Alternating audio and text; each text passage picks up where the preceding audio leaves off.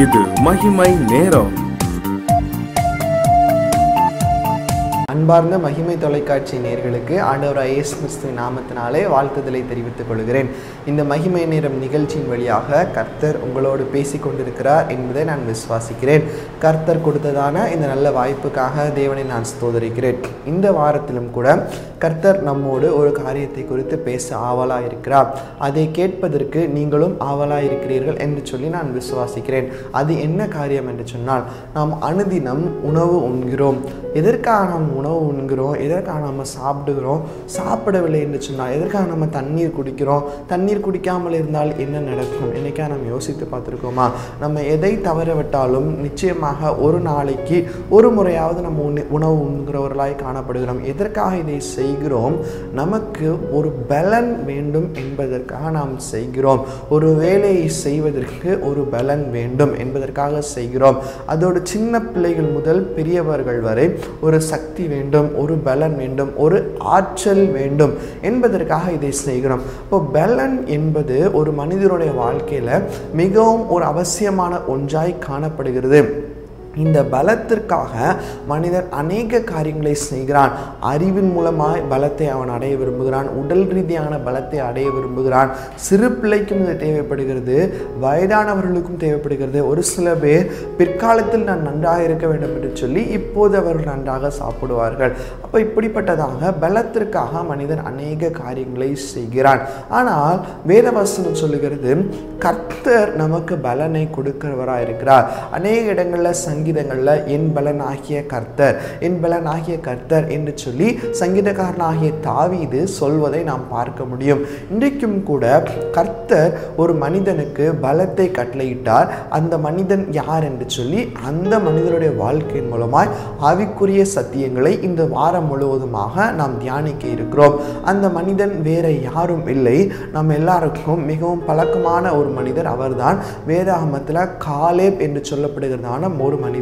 எப்புனே என்று சொல்லப்படுகிற ஒரு சகோதரருடைய குமாரனாகிய காலேப் என்று சொல்லப்படுகிறவர். காலேப்புக்கு கர்த்தர் ஒரு பலத்தை கொடுத்தாராம். சாதாரண பலம் அல்ல, அந்த பலம் ஒரு அதிசயமான ஒரு ஆச்சரியமான பலம். காலேப் வேத வசனத்தில் சொல்லி இருக்கிறார், கர்த்தர் அவருக்கு 40 வயதில் என்ன பலத்தை கட்டளையிட்டாரோ அதே பலத்தோடு கூட அவர் 85 வயது வரைக்கும் உயிர் வாழ்ந்து கொண்டு அதே பலத்தோடு இருக்கிறாராம். அப்போ இது ஒரு விசேஷமான பலன் அல்லவா? யோசித்து பாருங்கள், 40 வயதில் இருக்கிறவர்களுக்கு 85 வயதில் அந்த பலன் இருக்குமா? இன்றைக்கான காலகட்டத்தில் 20 வயதில் இருக்கிறவர்களுக்கும் 40 வயதில் இருக்கிறவர்களுக்குமே பலத்திற்கு வேறுபாடு இருக்கிறது. ஆனால் கர்த்தர் ஒரே மாதிரியான பலத்தையும் சத்துவத்தையும் ஒரு போர் புரிவதற்கான ஒரு பலத்தை இந்த வயதான காலேப்புக்கு கர்த்தர் கட்டளையிட்டிருக்கிறார். அப்ப அதற்கு காலேப் என்ன செய்தார் என்று சொல்லிதான் நாம் தியானிக்க இருக்கிறோம்.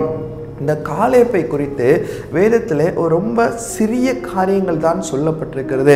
வேதாகமத்தில் நாம் பார்ப்போமானால் என்னாகம புஸ்தகத்தில் ஒரு சில வசனங்களில் தான் காலேப்பை குறித்து சொல்லப்பட்டிருக்கிறது. ஆனால் இந்த காலேப்பின் வழியாய் கர்த்தர் நமக்கு அநேக காரியங்களை கற்றுக் கொடுக்க சித்தமுள்ளவராக இருக்கிறார். என்னாகமம் 13 அதிகாரம் 14வது வசனத்திலும், என்னாகமம் 32வது அதிகாரம் 10வது வசனத்திலிருந்து 13வது வசனம், உபாகமம் 1வது அதிகாரம் 12வது வசனத்திலிருந்து 40வது வசனம், யோசுவாவின் புஸ்தகம் 14வது அதிகாரம் 15வது அதிகாரம், நியாயாதிபதிகள் புஸ்தகம் 1வது அதிகாரம் 12வது வசனம், இப்படியாக ரொம்ப சில வசனங்களில் மாத்திரம்தான் இந்த காலேப்பை குறித்து வேதத்திலே சொல்லப்பட்டிருக்கிறது.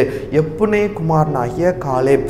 இந்த காலேப்புக்கு கர்த்தர் இப்படிப்பட்டதான ஒரு பலத்தை கொடுக்கிறார் என்று சொன்னால் நிச்சயமாக காலேப் கர்த்தருக்கு பிரியமான ஒரு சகோதரனாய், பிரியமான ஒரு மனிதராய் அவர் வாழ்ந்திருக்க வேண்டும். இன்னைக்கு நமக்கும் இப்படிப்பட்டதான ஒரு பலன் நமக்கு வேண்டும். நமக்கு வெளிப்புறமாய் வருகிறதான பலன் அல்ல, கர்த்தர் நமக்கு கொடுக்கிறதான ஆவிக்குரிய பலன் நமக்கு வேண்டும். இன்னைக்கு அநேகர் பொய்யான மாயை ஆகிய வெளிப்புற பலனை நோக்கி ஓடிக்கொண்டிருக்கிறார்கள்.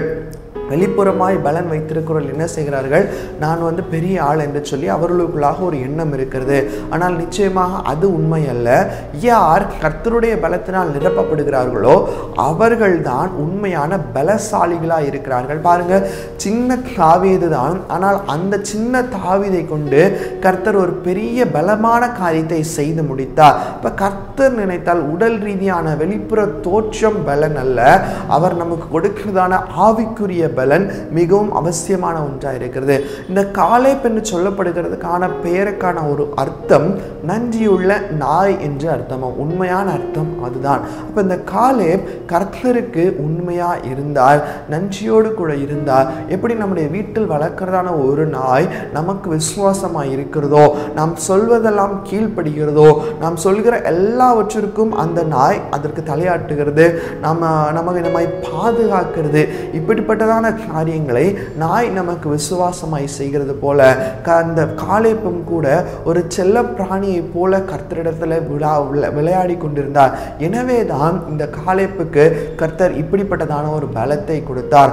ஆம் பிரியமானவர்களே, இன்னைக்கு நமக்கும் கூட ஒரு எண்ணம் வேண்டும். இந்த காலேப்பை போல எனக்கு ஒரு பலன் வேண்டும். இந்த காலேப்புக்கு ஒத்த பலத்தை கர்த்தர் எனக்கு தர வேண்டும்.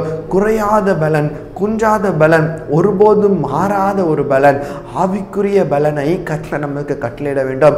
இந்த வாஞ்சையோடு கூட இந்த வாரத்திற்கான அனைத்து செய்திகளையும் தொடர்ந்து கேளுங்க. காலேப் எதன் மூலமா இந்த பலத்தை பெற்றுக்கொண்டார், காலேப்பினுடைய பலத்தின் ரகசியத்தை குறித்து நாளை முதல் கர்த்தர் உங்களோடு கூட பேச சித்தமாக இருக்கிறார்.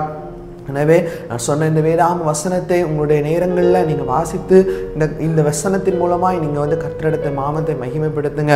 தேவனுடைய நாமம் இதன் மூலமாய் மகிமைப்படட்டும். காலேப்பினுடைய பலத்தின் ரகசியத்தை குறித்து நாம் பார்ப்போம். எப்படி இந்த காலேப்பை கர்த்தர் தெரிந்தெடுத்தாரோ அதே போல நமக்கும் கர்த்தர் பலத்தை கொடுக்க சித்தமுள்ளவராக இருக்கிறார். அந்த பலத்திற்காக கர்த்தர் நோக்கி பார்த்து நாம் ஜெபிப்போம். அப்படியே கண்களை மூடி ஜெபிப்போம். ஸ்தோத்திர கர்த்தாவே, அன்புள்ள பரமபிதாவே, உம்மை நோக்கி பார்க்கும்படியாக ஆவியானவர் எங்களுக்கு கொடுத்த கிருபைக்காக உமக்கு நன்றி செலுத்துகிறோம்.